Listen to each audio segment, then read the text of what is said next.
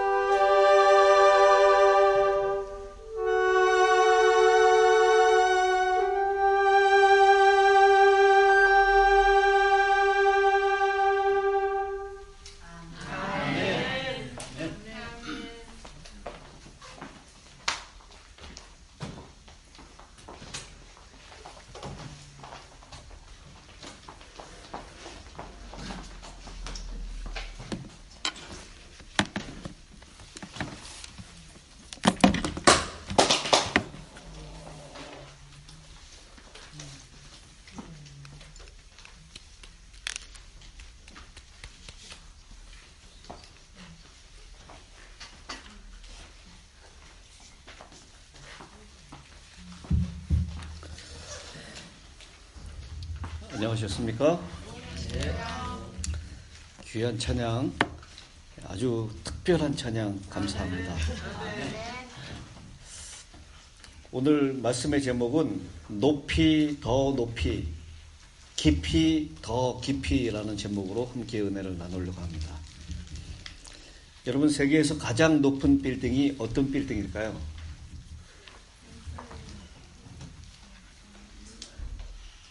지금 이 빌딩인데 무슨 빌딩인지 아시겠습니까? 네. 두바이에 있는 버즈 두바이, 높이가 700m가 된다 그래요. 그러면 미국에서 가장 높은 빌딩은 무슨 빌딩일까요? 우리 어르신들은 엠파이어 스테이트 빌딩 하는데 그건 이제 옛날 말이 됐어요. 엠파이어 스테이트 빌딩보다 훨씬 더 높은 것들이 많습니다. 그 미국에서 제일 높은 빌딩은 원 월드 트레이드 센터 541. 예, 그 옛날에 세계무역센터 쌍둥이 빌딩으로 있었죠. 무너지고 이제 다시 새롭게 세워진 빌딩이 가장 높습니다. 그러면 한국에서 가장 높은 빌딩은 어떤 빌딩일까요? 옛날에 한국을 떠난 지 오래되신 분들은 63 빌딩 이렇게 금방 나오죠. 근데 63 빌딩도 옛말이 됐습니다. 지금 한국에서 가장 높은 빌딩은 이것입니다. 롯데월드 타워 555.665m. 저도 여기 한 번도 못 올라가 봤어요. 한국에 가면은 여기를 한번 올라가 봐야 되겠다라고 생각을 합니다. 사람들은 더 높이 쌓으려고 합니다. 근데 우리 한국에 있는 빌딩이 미국에 있는 가장 높은 빌딩보다 더 높습니까? 제가 금방 말씀드렸는데 이게 555m인데 아까 미국은 어느 게 더 높아요? 한국이 훨씬 더 높습니다. 세계에서 5번째로 높은 빌딩을 가지고 있는 나라가 됐어요. 대단한 기술력이죠. 근데 세계 경제는 주로 이 마천루 경쟁이 벌어지고 있습니다. 어느 나라가 더 높은 빌딩을 지을 수 있고 더 높은 빌딩을 가질 수 있느냐라는 경쟁입니다. 그래서 지금도 50조에 달하는 마천루 시장이 지금 진행 중에 있다라고 얘기합니다. 아까 세계 1위는 어느 나라예요? 네, 두바이 아랍에미레이트. 그 다음에 2위는 중국. 또 3위가 제가 알기로는 베트남인가 어딘가 있고요. 그 다음에 우리나라가 5위로 차지하고 있는데 지금 나라들이 이 두바이에 있는 것보다 훨씬 더 높은 빌딩, 지금 1000m가 넘는 빌딩을 짓겠다라고 얘기를 하고 있어요. 누가 더 높이 짓느냐 경쟁을 벌이고 있습니다. 근데 그 중에서 20%가 made by 코리아입니다. 이 한국에 가지고 있는 기술력이 대단한 것 같아요. 근데 이것을 우리가 마천루라고 얘기하죠. 마천루가 무슨 뜻이냐면요, 문지를 마, 하늘 천, 누각루. 그래서 하늘을 문지른다라는 뜻이에요. 영어로 뭐라 그래요? 네, 스카이스크래퍼. 하늘을 이렇게 문지른다라고 한 뜻. 이 영어 단어를 그대로 한자로 옮겨놓은 것이 마천루라고 하는 단어가 됐습니다. 이렇게 사람들은 더 높이 쌓으려고 하는 것이 우리 죄인된 사람들의 본성이라는 거예요. 누가 더 높이 쌓느냐, 누가 더 높이 올라가느냐라는 거예요. 그런데요, 우리 바벨탑 사건에서도 우리가 하늘을 높이 쌓아서 하나님께 한번 도전해보자라는 그런 죄악적인 본성으로 이 탑을 쌓기 시작했는데요. 우리 이 하나님께서 이렇게 내려다보니까 이 사람들이 하는 일이 참 너무 가소로운 것입니다. 하늘을 높이 쌓으면 하늘을 꼭대기까지 닿을 수 있다라고 생각했는데 우리 속담에도 뭐가 있죠? 아무리 산이 높아도 하늘 아래 메로다라고 얘기하고 있죠. 우리 사람은 하나님께 도달할 수가 없어요. 우리 사람의 능력으로. 그런데 이 죄인된 사람의 속성은 더 높이 오르려고 하는 속성이 있다라고 하는 것입니다. 그러나 성경은 높이 쌓는 것과 반대로 깊이, 아래로 더 깊이 내려가는 것이 중요하다라고 하는 것을 우리에게 말씀을 하고 있습니다. 성경은 높이 높이 쌓는 경쟁을 하지 않고 성경에 나오는 모든 신앙의 선배들, 신앙의 위인들은 깊이 깊이 더 내려가는 경쟁을 했다라고 하는 것입니다. 오늘 이 죄인의 속성은 높이 더 높이였다면 하나님의 백성들은 깊이 더 깊이가 돼야 한다라고 하는 것입니다. 오늘 본문에 있는 말씀은 창세기 23장 1절로 2절에 있는 말씀입니다. 사라가 몇 세를 살았다고요? 127세를 살았으니 이것이 곧 사라가 누린 횟수라. 사라가 가나안 땅 헤브론 곧 기럇 아르바에서 죽음에 아브라함이 들어가서 사라를 위하여 슬퍼하며 애통하다가, 여러분 사라가 127세를 살다가 죽었으면 이제 뭐 해야 합니까? 죽었는데 뭘 또 죽어요? 장사 지내야 돼요. 장사 지내려면 뭐가 필요합니까? 몬테시도 묘지가 필요하죠. 근데 지금 아브라함에게는 땅이 한 평이라도 있었어요, 없었어요? 나는 당신들 중에 나그네요 거루자이니 당신들 중에서 내게 매장할 소유주를 주어 내가 나의 죽은 자를 내 앞에서 내어다가 장사하게 하시오. 여기 지금 아브라함은 자신의 사랑하는 아내 사라가 죽었는데도 사라를 매장할 매장지조차 없었다라고 하는 것입니다. 그래서 하도 이 사정이 딱 하니까 이 사람들이 이제 땅을 주기 시작하는데요. 그가 그의 반머리에 있는 그의 막벨라 굴을 내게 주도록 하되 충분한 대가를 받고 그 굴을 내게 주어 당신들 중에서 매장할 소유주가 되게 하기를 원하노라. 그래서 아브라함이 이 사람들에게 얼마를 주고 그 막벨라 굴을 삽니까? 400세겔인가라고 하는 아주 거금을 주고 이 매장지를 사게 됐습니다. 지금 이 그림이 뭐냐면 막벨라 굴을 그린 그림이에요. 누가 그렸습니까? 빈센트 반 고흐가 그린 막벨라 굴이에요. 여러분, 사라가 아까 몇 살에 죽었다고요? 127세에 죽었다라고 얘기합니다. 그러면 퀴즈를 하나 내겠습니다. 사라가 127세면 아브라함은 몇 살일까요? 137세. 네, 아브라함은 137세입니다. 아브라함이 하나님께로부터 부름을 받았던 나이가 몇 살입니까? 75세. 아브라함이 하나님께로부터 부름을 받는 나이가 75세예요. 뭐라고 하나님께 약속하시죠? 내가 네게 지시할 땅으로 가라. 그러면 내가 너에게 땅을 줄 것이다 라고 얘기했어요. 그러면 계산을 빨리 해보십시오.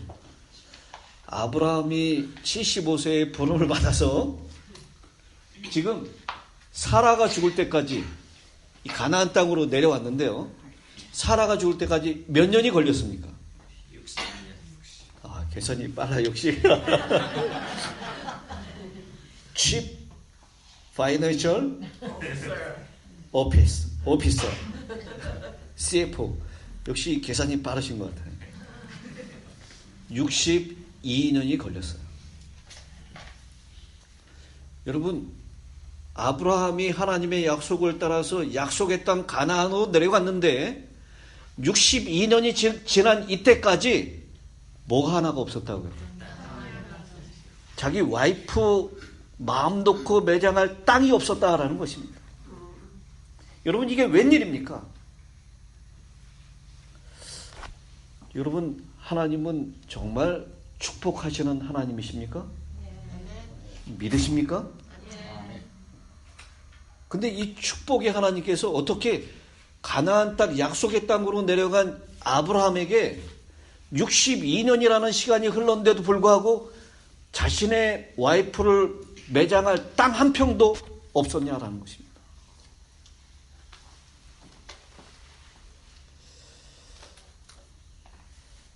정말 이 가나안 땅을 약속의 땅으로 믿고 그리고 그 약속을 믿고 자신의 모든 것을 다 걸고 가나안 땅으로 들어갔었던 아브라함에게 하나님께서는 그 시간이 지날 때까지 땅 한 평도 주시지 않았다라는 것입니다. 여러분 좀 실망스럽지 않습니까? 미국에 넘어와서 한 20, 30년만 지나면 우리 한국 사람들 다 뭐 삽니까? 자기가 한 평에 누울 수 있는 집을 다 마련해요. 근데 하나님의 약속을 따라서 가나안 땅에 들어갔던 아브라함이 자신의 아내가 죽은 62년이라는 시간이 흘렀지만 저 조그마한 땅 하나 얻질 못했다라는 것이죠.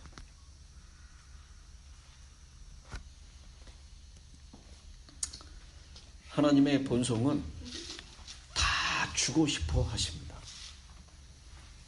하나님께 우리를 주실 때 아까울 게 있을까요? 뭐까지 주셨는데? 생명이요. 자신의 아들 독생자 예수 그리스도를 주셨는데 아들을 주신 분이 뭘 더 아끼겠습니까? 아들을 주시면 다 주시는 거 아니에요? 근데 하나님은 우리에게 다 주시길 원해요. 그런데요, 문제는 하나님이 주시는 것에 의하여 사람이 죽어간다라는 것입니다. 하나님이 주시면 주시는 대로 사람들은 받아서 그것 때문에 때때로 망하기도 한다라는 것입니다. 캐나다에서 제럴드 머스웨이건이라는 사람이 90억의 복권에 당첨이 되었다고 합니다. 어느 날 갑자기 행운의 사나이가 된 것입니다. 그런데 갑자기 돈이 생기자 이 사람이 어떻게 살았을까요?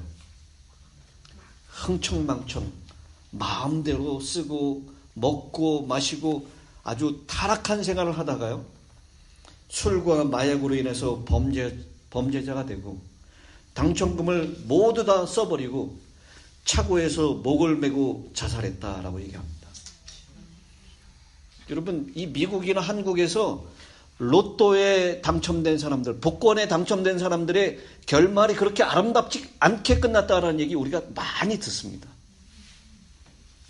멀쩡하게 잘 살 것 같은 사람들이 갑자기 큰 돈이 생기니까요, 부부가 깨지고 가정이 깨지고 완전히 파탄이 나는 경우들을 많이 보게 됩니다. 멀쩡하게 다니던 일상적인 평범한 생활을 살지 못하고요, 그 갑자기 생긴 돈 때문에 그 돈이 없을 때보다도 훨씬 더 불행해졌다라는 것입니다. 그래서 하나님께서는 우리에게 주시고 싶지만 그래서 주지 못하는 경우가 많을 것입니다.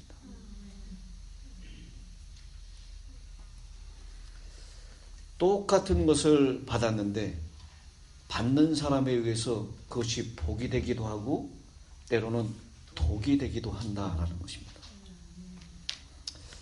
영어 단어 가운데요, 기프트라고 하는 단어 아시죠? 선물이라는 뜻입니다.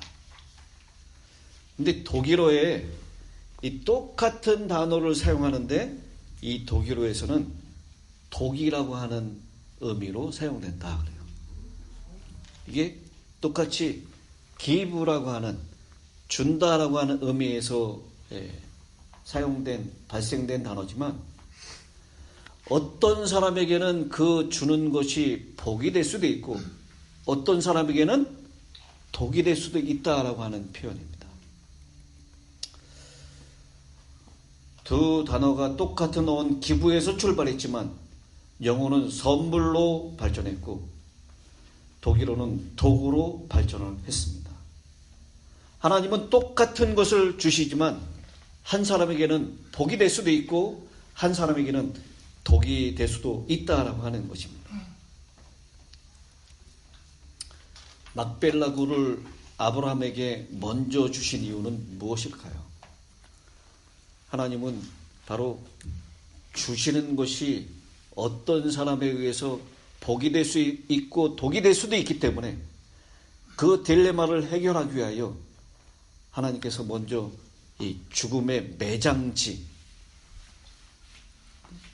죽음을 아브라함에게 먼저 경험할 수 있고 기억날 수 있도록 약속의 땅에서 막벨라 굴 매장지를 먼저 허락하셨다라고 하는 것입니다. 하나님께서 주시는 그 복이 우리에게 그 선물이 복이 되기 위해서는 우리의 욕심이 죽고 우리의 자아가 죽고 온전히 하나님만을 의지하고 하나님만을 바라볼 때 그것이 진정한 복이 될 수 있다라고 하는 것은 하나님께서 기억나게 하시기 위하여 약속의 땅에서 먼저 무덤을 먼저 장만하라라고 말씀하신 것입니다. 여러분과 저의 막벨라 굴은 무엇입니까? 내 자아가, 나의 욕심이, 내 정욕이 죽어야 할 그것은 바로 무엇입니까? 내가 막벨라 굴에서 죽을 때 비로소 하나님이 내 안에서 사실 수 있음을 기억하시게 되길 바랍니다. 나의 가나안, 하나님이 허락하신 약속의 땅, 그 가나안에서의 삶은 바로 내가 죽는 경험으로부터 시작해야 복이 될 수 있다라고 하는 것입니다.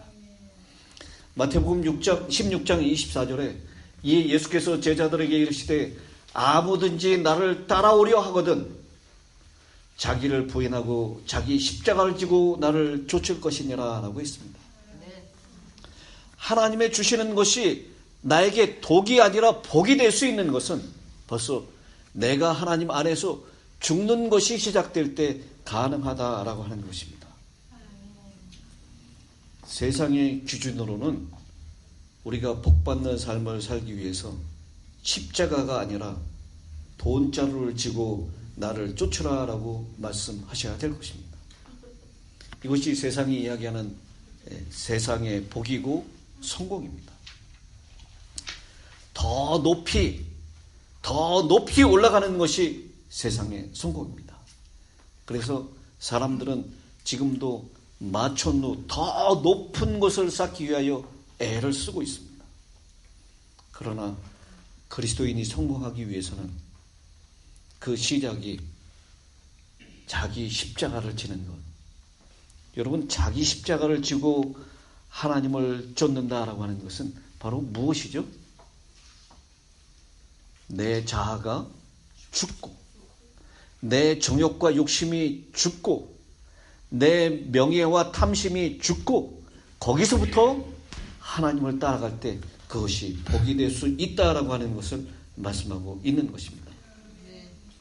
예수님을 따르기로 결심할 때 나의 신앙으로 인하여 어려운 일이 생길 수 있습니다. 안식일에 교회를 가야 하기 때문에 직장에서 불의를 당하게 되고 승진이 보류되기도 하고요. 때때로 그 직장을 잃을 수도 있습니다. 이러한 일들로 인해서 내가 손해를 볼 수 있지만 나의 가족들과 나의 친구들이 내 신앙 때문에 나를 반대하고 박해할 수도 있지만 내가 좋아했던 것들을 내 믿음 때문에 포기할 수도 있지만 그렇게 주님을 따르고자 원하는 사람들, 주님을 따르고자 결심하는 사람들은 예수 그리스도의 십자가를 지고 따라가는 일이 제일 우선돼야 한다라고 하는 것을 말씀하고 있는 것입니다. 예수님을 따른다는 것은 바로 죽음으로부터 시작하는 것입니다. 자희생, 헌신이 따르는 것입니다. 부자 선지자 169페이지에 이렇게 말씀합니다. 하나님께서는 당신의 백성들에게 약속하신 유업은 이 세상에 있는 유업이 아니다. 아브라함은 지상에서 발붙일 만큼도 땅을 얻지 못하였다. 이 사도행전 7장에 있는 이 표현이 누가 한 표현인지 여러분 아시죠? 사도행전 7장에 죽음을 앞두고 있는 7 집사 가운데 한 사람, 스데반이 한 설교입니다. 스데반이 이스라엘 역사를 쭉 열거하면서 아브라함에 대해서 얘기를 해요. 그런데 아브라함이 발 붙일 땅 하나도 유업으로 받지 못했다라고 62년이라는 시간이 흘렀는데도 그렇게 아브라함의 생애를 설명하고 있습니다. 여러분, 하나님이 우리에게 주시는 복은요, 우리가 생각하는, 우리가 기대하는 시간에 이루러 오지 않을 수도 있음을 꼭 기억하시기 바랍니다. 아브라함이 네 자손이 하늘의 별과 같이 바다의 모래같이 많을 것이라 라고 하나님이 약속해 주셨는데 그 아들을 얻기까지 몇 년이 걸렸습니까? 25년이 걸렸어요. 약속의 땅을 주겠다라고 했는데 땅 한 평도 없이 그저 조그마한 무덤 하나, 막벨라 굴 하나 얻는데 몇 년이 걸렸습니까? 62년이 걸렸어요. 결국 자신도 그 막벨라 굴에 장사가 되었습니다. 우리가 기대하고 우리가 생각하는 그 시간에 하나님께서 우리에게 복을 주시지 않을 수도 있습니다. 그러나 하나님이 인도하시는, 하나님이 우리에게 주시고자 하시는 그 약속은 변함이 없으시다는 것을 기억하시기 바랍니다. 우리가 기대하는 만큼, 우리가 기대하는 시간에 그 약속이 이루어지지 않는다 할지라도 하나님께서는 우리에게 하나님의 주신 약속을 반드시 이루어 주실 것이라고 믿습니다. 그는 막대한 물질을 가지고 그 물질을 하나님의 영광과 이웃 사람들의 행복을 위하여 썼다. 그러나 그는 이 세상을 그의 집으로 생각하지 않았다. 부조화 선지자에 있는 말씀입니다. 약속의 땅에서 그의 유일한 소유는 막벨라 굴 속 바위를 잘라낸 무덤뿐이었다라고 얘기하고 있습니다. 여러분, 빌립보 2장 5절에 있는 이 말씀은 우리에게 참 유명한 말씀입니다. 우리 한번 같이 읽어보시겠습니다. 시작. 너희 안에 이 마음을 품어라. 곧 그리스도 예수의 마음이니. 우리 예수의 마음을 품어라라고 많이 말씀하십니다. 그런데 그 다음 구절이 참 중요한 말씀이에요. 우리 빌립보 2장 5절. 너희 안에 이 마음을 품으라. 곧 그리스도 예수의 마음이니. 그는 근본 하나님의 본체시나 하나님과 동등됨을 취할 것으로 여기지 아니하시고 오히려 자기를 비워 종의 형체를 가지사 사람들과 같이 되셨고, 그 다음에 8절에 있는 말씀입니다. 사람의 모양으로 나타나셨음에 자기를 낮추시고 언제까지? 죽기까지 복종하셨으니 곧 십자가에 죽으십니다. 여러분, 이 구절들은 그 우리가 가져야 될 예수의 마음이 어떤 마음인지를 우리에게 잘 말씀해 주고 있습니다. 예수의 마음은 높은 곳에 있는 것이 아니었습니다. 이 땅에 가장 낮아져서 종의 형체로, 심지어는 죽음의 자리까지 이르러 가는 것, 더 깊이 더 낮게 내려가는 것이 예수의 마음입니다. 더 깊이 낮아지는 그런 마음을 예수의 마음이라 한다면, 오늘 우리가 너희 안에 이 마음을 품으라 곧 예수의 마음이라고 했을 때 그 마음은 바로 높이 올라가는 마음이 아니라 더 깊이 낮아지는 마음이며, 심지어는 죽기까지, 죽음의 자리까지 내려가는 마음인 것을 꼭 기억하시기 바랍니다. 이 마음을 갖기 위해서 우리는 부자가 되어야 하는 것도 아니고 PhD를 공부해야 하는 것도 아닙니다. 누구나 이 마음을 가질 수 있는데 그것은 바로 십자가 앞에서 죽기까지 복종하는 마음, 예수의 마음을 갖는 것. 그것은 남을 시기하고 질투하지 않고 나를 남을 나보다 낮게 여기는 낮아지는 마음인 것입니다. 바나 그룹 리서치에서요, 미국에 있는 사람들에게 우선순위의 설문을 조사했습니다. 아시는 대로 미국의 90%가 신앙을 가지고 있고 75%가 기독교인들입니다. 그 중에서 가장 믿음이 중요하다라고 얘기한 사람이 몇 프로예요? 12%에 불과했습니다. 무엇이 가장 중요한가? 가족이 제일 중요하다라고 대답한 사람이 45%. 그리고 그 다음에 건강과 레저 활동, 균형 잡힌 라이프 스타일, 이것이 가장 두 번째로 중요하다라고 대답한 사람이 20%. 그리고 물질적인 풍요, 경력, 돈벌이, 재정 상태, 이것이 중요하다라고 생각하는 사람이 17%입니다. 가장 낮은 비율이 믿음이었습니다. 그런데 우리 주님은 뭐라고 말씀하십니까? 너희는 먼저 그의 나라와 그의 의를 구하라. 성경은 분명히 우리의 삶 가운데 우선순위를 두어야 할 가치에 대하여 말씀하십니다. 하나님의 나라와 그의 의를 구할 때, 우리가 하나님을 믿는 그 신앙을, 믿음을 최우선으로 할 때 그 외의 모든 것을 하나님께서 책임져 주시겠다라고 약속하십니다. 믿음이 먼저 될 때 가족도, 건강도, 재정도 하나님께서 더하여 주시겠다라고 하는 약속입니다. 그렇기 때문에 우리 많은 기독교인들이 생각하고 있는 가족, 건강, 재정, 그 다음이 네 번째가 믿음이었는데, 오늘 하나님은 우리들에게 우선순위를 바르게 하라라고 말씀하고 계십니다. 우리의 믿음이 첫 번째가 될 때 그 나머지 모든 것을 다 채워주시겠다라고 약속하고 계십니다. 여러분, 가정을 그렇게 중요시하는 미국 사람들, 이렇게 가정이 평탄하고 잘 유지가 되던가요? 건강을 중요하게 생각하는 미국 사람들, 수없이 많은 사람들이 건강 때문에 어려움을 당하고 있습니다.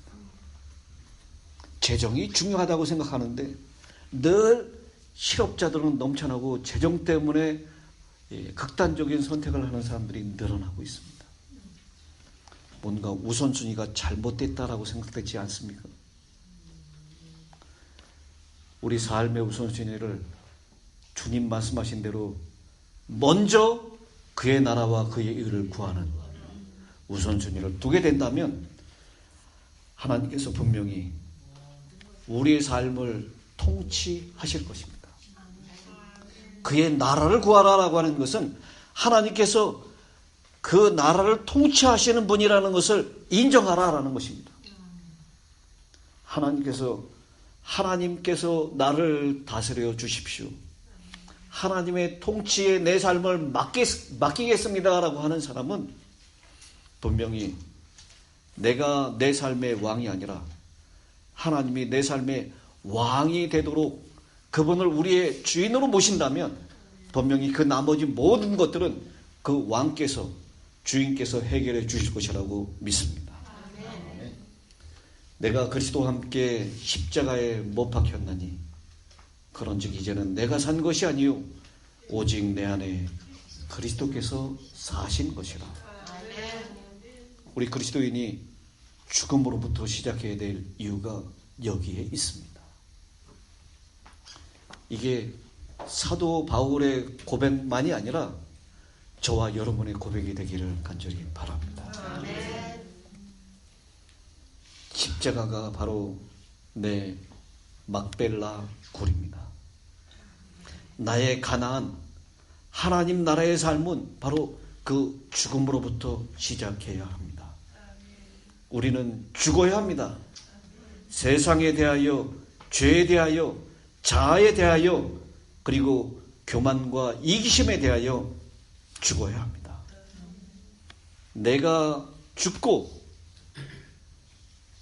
그리스도와 함께 살아가게 될 때, 내 안에 그리스도께서 사실 때, 내 삶의 통치자가 하나님이 되실 때, 그때 하나님께서는 나를 통하여 그 약속을 이루시고 말 것입니다.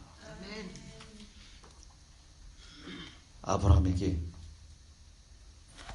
발붙일 땅 하나 허락하지 않으셨고, 그에게 무덤을 먼저 허락하신 이유는 바로 우리의 그리스도의 삶의 시작이 주님과 함께 죽는 것부터 시작해야 한다는 것을 우리에게 말씀하고 있습니다.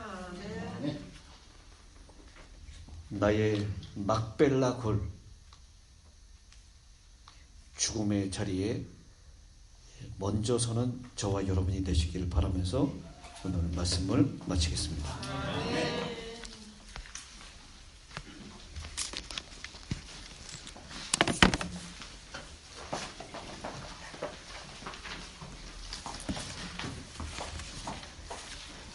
지금 우리 다 같이 찬미 450장 찬양했습니다. 마지막 편지에서 함께